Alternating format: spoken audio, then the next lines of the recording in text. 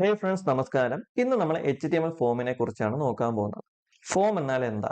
Form എവിടെയാണ് ഉപയോഗിക്കുന്നത്? ഫോമിലെ main ആയിട്ടുള്ള ആട്രിബ്യൂട്ട്സും അതിന്റെ ചിൽഡ്രൻ ടാഗും കൂടി അല്ലെങ്കിൽ ചൈൽഡ് ടാഗും കൂടി നോക്കാം. അപ്പൊ ഫോം എന്നാൽ ഒരു യൂസറിന്റെ ഡേറ്റ കളക്ട് ചെയ്യാൻ വേണ്ടി ഉപയോഗിക്കുന്ന ഒരു മീഡിയം മാത്രമാണ് ഫോം. സിമ്പിൾ ആയിട്ട് പറയുന്നെങ്കിൽ നമ്മളൊരു സ്കൂളിലോ കോളേജിലോ പോകാൻ നേരത്ത് അഡ്മിഷൻ എടുക്കാൻ സമയത്ത് നമ്മൾ എന്ത് ചെയ്യും? ഒരു ഫോം ഫില്ല് ചെയ്യും. അഡ്മിഷൻ ഫോം ഫില്ല് ചെയ്യും. അവിടെ എന്താണ് കൊടുക്കുന്നത്? നമ്മളെ ഡീറ്റെയിൽ, ഒരു സ്റ്റുഡന്റിന്റെ ഡീറ്റെയിൽ, സ്റ്റുഡന്റിന്റെ പേര്, ഏജ്, ഒരു എഡ്യൂക്കേഷൻ ബാക്ക്ഗ്രൗണ്ട്, അങ്ങനത്തെ കാര്യങ്ങൾ. അതേപോലെ നമുക്ക് എന്ത് ചെയ്യാൻ പറ്റും? അതേപോലത്തെ ഫോംസ് നമുക്ക് വെബ്സൈറ്റിൽ ബിൽഡ് ചെയ്തെടുക്കാൻ പറ്റും. അതിനുവേണ്ടി ഉപയോഗിക്കുന്ന ഒരു ടാഗാണ് ഫോം ടാഗ്. യൂസറിന്റെ ഡേറ്റാസ് കളക്ട് ചെയ്യാൻ വേണ്ടി, അല്ലെങ്കിൽ യൂസറിന്റെ ഡേറ്റാസ് കളക്ട് ചെയ്തിട്ട് നേരെ എന്ത് ചെയ്യാൻ സെർവറിലോട്ട് പാസ് ചെയ്യാൻ വേണ്ടി. Think about like this. Login ചെയ്യാൻ വേണ്ടി നമ്മൾ എന്ത് കൊടുക്കും? നമ്മളെ യൂസർ നെയിമും പാസ്വേഡും കൊടുക്കും. അതൊരു ഫോമാണ്, ലോഗിൻ പേജ്. അത് കണക്ക് നമ്മൾ പ്രോഡക്റ്റ് പർച്ചേസ് ചെയ്യാൻ നേരത്തെ നമ്മൾ എന്ത് ചെയ്യും? പർച്ചേസിന്റെ ഒരു പേജ് വരും. അതിന്റെ നമ്മൾ എന്ത് ചെയ്ത് കൊടുക്കും? നമ്മളെ പേര്, കോൺടാക്ട് നമ്പർ, ഡീറ്റെയിൽസും. അതും ഒരു ഫോമാണ്. പിന്നെ നമ്മൾ ചില വെബ്സൈറ്റ് കയറി കഴിഞ്ഞാൽ നമ്മൾ ഫീഡ്ബാക്ക് കൊടുക്കും. വെബ്സൈറ്റിനെ കുറിച്ച് കൊള്ളാമോ, അല്ലെങ്കിൽ പ്രോഡക്റ്റ് കണ്ടിട്ട് ആ പ്രോഡക്റ്റിന്റെ ഒരു ഫീഡ്ബാക്ക് കൊടുക്കും, അതിന് റിവ്യൂ കൊടുക്കും. അതും എന്താണ്? ഒരു ഫോമാണ്. ഓക്കെ, നമുക്ക് എങ്ങനെ ഒരു HTML പേജിനകത്ത് ഫോം ക്രിയേറ്റ് ചെയ്യാം? ഫോം ക്രിയേറ്റ് ചെയ്യാൻ വേണ്ടി യൂസ് ചെയ്യുന്ന ടാഗാണ് ഫോം ടാഗ്. ഈ ഫോം ടാഗ് എന്താണ്? ഒരു കണ്ടെയ്നർ ടാഗാണ്. കണ്ടെയ്നർ ടാഗ് എന്ന് പറയുമ്പോൾ ഓപ്പണിംഗ് ടാഗും ഉണ്ട്, ക്ലോസിംഗ് ടാഗും ഉണ്ട്. അപ്പൊ ഇതിന്റെ അകത്ത് ഈ ഫോം ടാഗിനുള്ള ഡീറ്റെയിൽസ് എന്ത് ചെയ്യും? സബ്മിറ്റ് ബട്ടൺ ക്ലിക്ക് ചെയ്യുമ്പോൾ സെർവറിലോട്ട് പോകും, അല്ലെങ്കിൽ കറസ്പോണ്ടിങ് ഡാറ്റാബേസിലോട്ട് പോയി സ്റ്റോർ ആയിരിക്കും. ഫോം ടാഗ് കൂടുതലായിട്ട് യൂസ് ചെയ്യുന്നത് എന്തിനാണ്? യൂസറിന്റെ ഡേറ്റ കളക്ട് ചെയ്യാൻ വേണ്ടിയാണ് ഫോം ടാഗ് യൂസ് ചെയ്യുന്നത്. ഓക്കെ, ക്ലിയർ ആയ? അടുത്ത് നോക്കാൻ പോകുന്നത് നമ്മളെ ഫോം ടാഗിന്റെ ഏറ്റവും ഇമ്പോർട്ടന്റ് ആയിട്ടുള്ള രണ്ട് ആട്രിബ്യൂട്ട്സ് ആണ്. ഒന്ന് ആക്ഷൻ, അതേപോലെ മെത്തേഡ്. ആക്ഷൻ എന്ന ആട്രിബ്യൂട്ടിന്റെ മെയിൻ ഫംഗ്ഷനാലിറ്റി അല്ലെങ്കിൽ അതിന്റെ പർപ്പസ് എന്ന് പറയുന്നത് വെച്ച് കഴിഞ്ഞാൽ, നമ്മൾ സ്റ്റോർ ചെയ്യുന്ന ഡേറ്റ അത് സബ്മിറ്റ് ബട്ടൺ ക്ലിക്ക് ചെയ്യുമ്പോൾ ആ ഡീറ്റെയിൽസ് എവിടെ പോകണം, ആ യൂസറിന്റെ ഡീറ്റെയിൽസ് ഏത് സെർവറിൽ പോകണം, അല്ലെങ്കിൽ ഏത് ഡേറ്റാബേസിലോട്ട് പോകണം എന്ന് പറഞ്ഞു കൊടുക്കുന്നത് ആക്ഷൻ ആയിരിക്കും. അപ്പൊ ആക്ഷന്റെ പർപ്പസ് ഇത്രയേ ഉള്ളൂ. നമ്മൾ സബ്മിറ്റ് ബട്ടൺ ക്ലിക്ക് ചെയ്യുമ്പോൾ ആ യൂസർ ടൈപ്പ് ചെയ്തേക്കണം അല്ലെങ്കിൽ എൻട്രി ചെയ്തേക്കണം ഡീറ്റെയിൽസ് എവിടെ പോകണമെന്ന് പറഞ്ഞു കൊടുക്കുന്നത് ആക്ഷൻ എന്ന ആട്രിബ്യൂട്ട് ആണ് പറഞ്ഞു കൊടുക്കുന്നത്. ഇപ്പൊ ഈ ആക്ഷൻ്റെ അകത്ത് ഒന്നും കൊടുത്തിട്ടില്ലെങ്കിൽ അതിന്റെ അർത്ഥം എന്ന് പറയുന്നത്, അർത്ഥം എന്ന് വെച്ച് കഴിഞ്ഞാൽ സെയിം പേജിൽ തന്നെ ലോഡ് ആവാനാണ് അത് ഉദ്ദേശിക്കുന്നത്. ഇപ്പൊ ഈ ആക്ഷൻ്റെ അകത്ത് ഞാൻ ഒരു ഹാഷ് സിമ്പിൾ കൊടുത്താലും കൺസെപ്റ്റ് സെയിം ആണ്. സബ്മിറ്റ് ബട്ടൺ ക്ലിക്ക് ചെയ്യുമ്പോൾ സെയിം പേജിലോട്ട്. അല്ലെങ്കിൽ ഞാൻ ഇവിടെ സ്പെസിഫൈ ചെയ്ത് കൊടുക്കണം, ഒരു സർവർ URL ഞാൻ എന്ത് ചെയ്യണം? സ്പെസിഫൈ ചെയ്ത് കൊടുക്കും. ഇപ്പൊ ഞാൻ ഇവിടെ server.php എന്ന് കൊടുത്താൽ, ഇപ്പൊ ഞാൻ സബ്മിറ്റ് ബട്ടൺ ക്ലിക്ക് ചെയ്യുമ്പോൾ എന്ത് ചെയ്യും?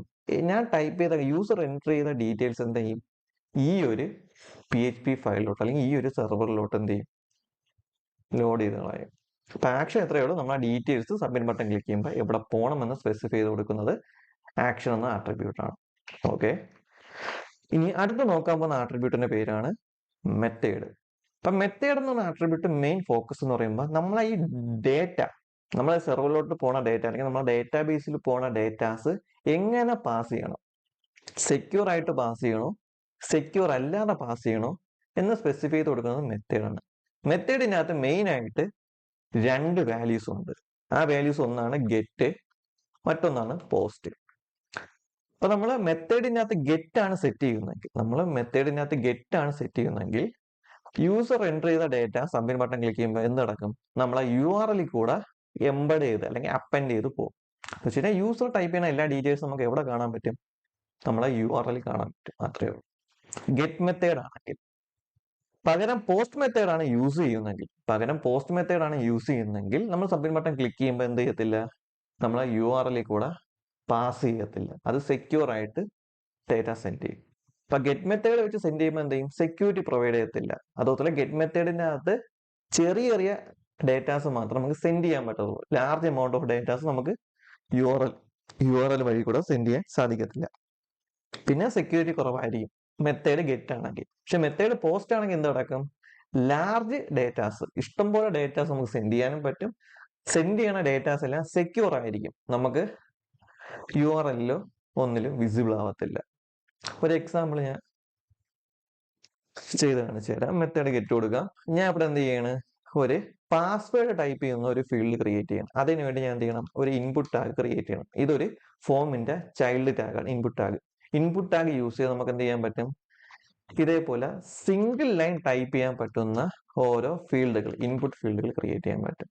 സിംഗിൾ ലൈൻ അവിടെ എൻ്റർ അടിച്ച് എനിക്ക് പോകാൻ പറ്റത്തില്ല. എൻ്റർ അടിച്ച് പുതിയ പുതിയ ലൈൻ ഒന്നും വരത്തില്ല. നമുക്ക് എന്ത് ചെയ്യാനേ പറ്റത്തുള്ളൂ? സിംഗിൾ ലൈനായിട്ട് ഇങ്ങനെ ടൈപ്പ് ചെയ്യാനേ പറ്റത്തുള്ളൂ. അപ്പൊ ഇതിനവിടെ ടെക്സ്റ്റ് മാറ്റിയിട്ട് എന്ത് കൊടുക്കുകയാണ്? പാസ്വേഡ് കൊടുക്കുകയാണ്. അപ്പൊ ഈ ടൈപ്പിനോട് ടെക്സ്റ്റ് മാറ്റിയിട്ട് പാസ്വേഡ് കൊടുത്തു കഴിഞ്ഞാൽ ഇതേപോലെ ഔട്ട്പുട്ട് എന്തായിരിക്കും? സിംഗിൾ ലൈൻ ആയിരിക്കും. പക്ഷെ ടൈപ്പ് ചെയ്യണ എല്ലാം എന്തായിരിക്കും? ഹൈഡ് ചെയ്ത് പാസ്വേഡിന്റെ ഫോർമാറ്റിലോട്ട്.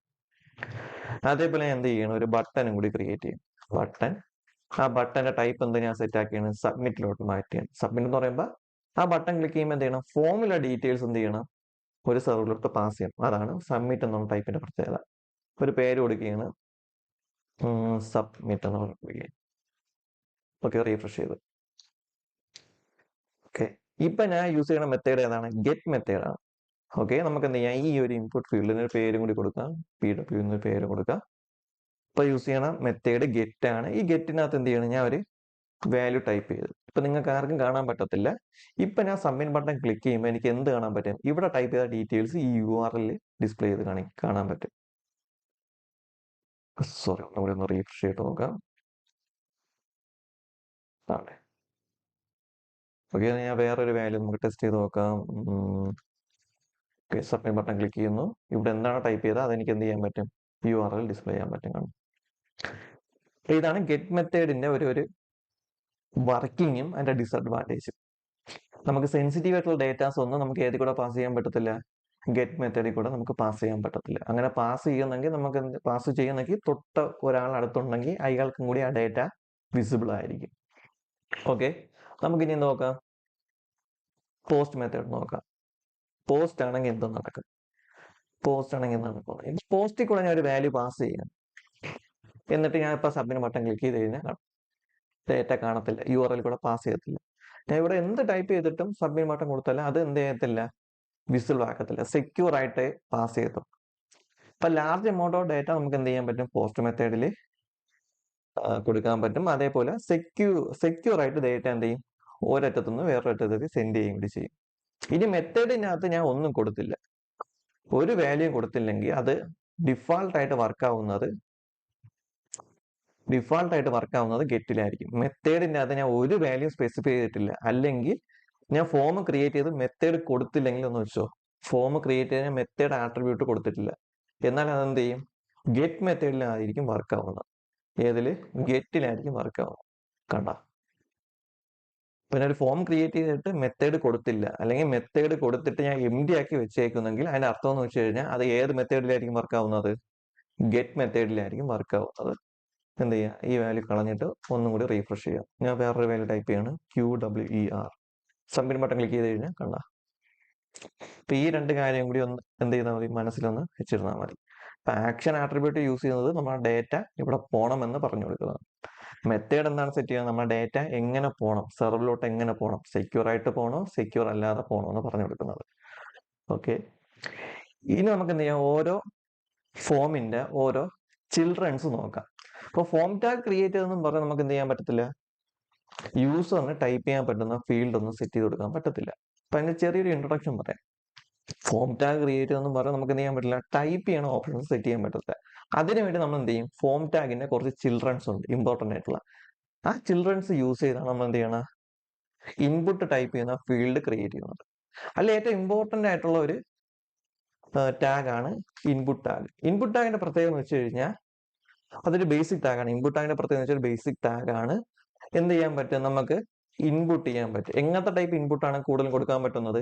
സിംഗിൾ ലൈൻ ഡേറ്റാസ് മാത്രം നമുക്ക് എന്ത് ചെയ്യാൻ പറ്റുള്ളൂ? ഇൻപുട്ട് ടാഗ് യൂസ് ചെയ്ത് പ്രിന്റ് ചെയ്ത് കാണിക്കാൻ പറ്റത്തുള്ളൂ. ഓക്കെ, അപ്പൊ ഇൻപുട്ട് ടാഗിന്റെ അകത്ത് ടൈപ്പ് എന്നൊരു മെയിൻ ആയിട്ടുള്ള ആട്രിബ്യൂട്ട് ഉണ്ട്. ഈ ടൈപ്പിന്റെ അകത്ത് ഇഷ്ടം പോലെ വാല്യൂസ് ഉണ്ട്. ഈ വാല്യൂസ് മാറുന്ന അനുസരിച്ച് നമുക്ക് എന്ത് കിട്ടും? ഇവിടുത്തെ റിസൾട്ട് മാറിക്കൊണ്ടിരിക്കും. പിന്നെ ടെക്സ്റ്റിന് നേരം പാസ്വേഡ് ആണ് കൊടുക്കുന്നെങ്കിൽ സെയിം പോലെയാണ് കിട്ടുന്നത്, പക്ഷെ ടൈപ്പ് എന്താവും? ഹൈഡ് ആവും. പിന്നെ പാസ്വേഡിന് പകരം ഒരു ചെക്ക് ബോക്സ് ആണ് കൊടുക്കുന്നെങ്കിൽ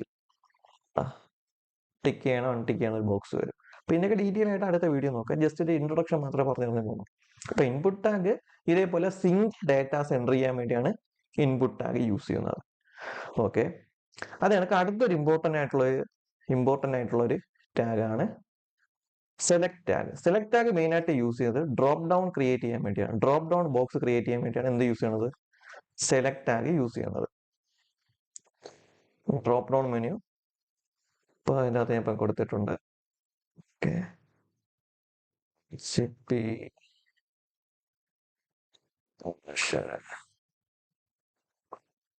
ഇതേപോലത്തെ ഡ്രോപ്പ് ഡൗൺ മെനു ക്രിയേറ്റ് ചെയ്യാൻ വേണ്ടി നമ്മൾ എന്ത് യൂസ് ചെയ്യുന്നത്?